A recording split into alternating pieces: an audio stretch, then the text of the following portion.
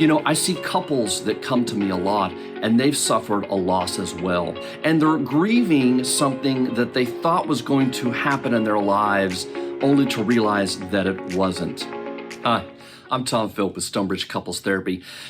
Growing up, I wanted to be two things. One is I wanted to be a professional baseball player, and two, I wanted to be a rock musician. Now, there were a couple of problems with both these dreams. First of all, I could never hit the curveball.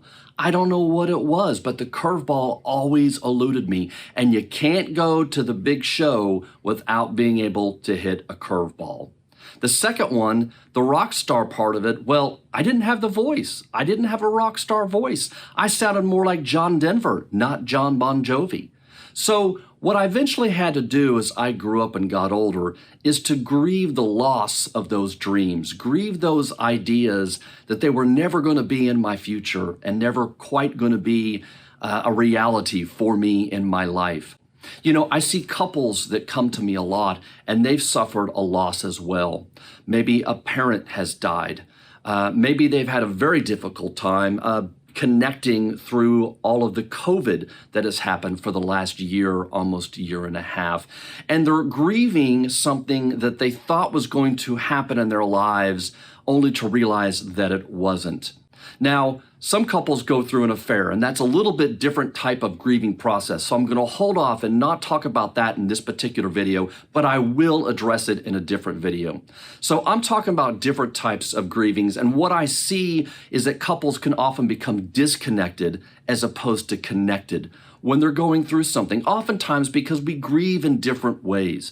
So one partner might be more introspective. They might go inside themselves. It might not feel helpful to talk about the way in which they're grieving, the sadness, the hurt, the pain, the disillusionment that's come up for them.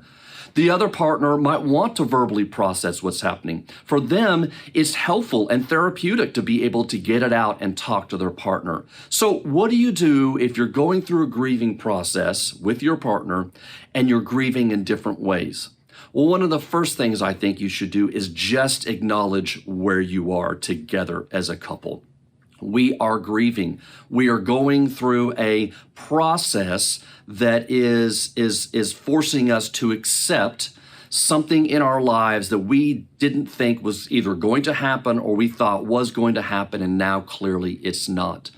There's all kinds of things we can grieve over in this life because we have expectations, and we've kind of architect our lives in order to try to set up certain realities for ourselves.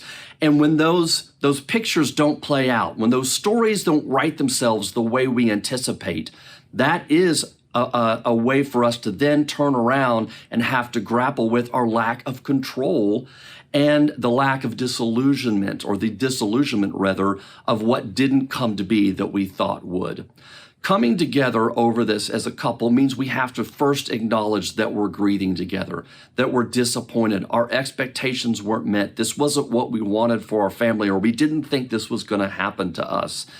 And it's in that acceptance that at least can start the process as the couple of getting on the same page.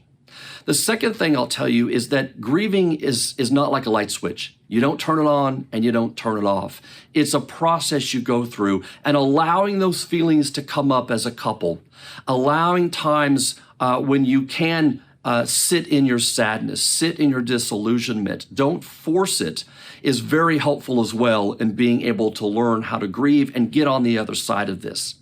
And thirdly, give each other some space and respect in the differences, the different ways in which you grieve together. Make sure there's times where we come together and to talk about it. Ask your partners questions.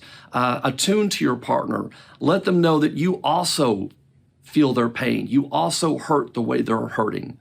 But there's times where you might need to not talk about it and not process it, and that's okay too. Give your other partner, who's more introspective, doesn't like to process it as much verbally, give them some space as well. Coming together over grieving, over a loss of some kind, a lack of control, a disillusionment of what we thought our lives were going to be together, and now we're faced with the reality that it's not, can actually be really healthy for a lot of couples to learn how to connect over something that they had no control over. And this is just an opportunity to learn more about each other. And it's an opportunity to go through something together that can bond us, that can make us closer. And when we come out on the other side of it, we can be more connected and we can feel more secure in our relationship sometimes than we did before. So give each other the space you need. Be respectful, but at the same time, acknowledge what's happening to each other and be willing at times to talk about it. Hey, let us know what you think about this video. Also, go to our website at www.stonebridgecouples.com. We've got an ebook page there where we've got several different ebooks. They're all free to download. I'd love to hear from you. Let me know what you think, and we'll see you next time.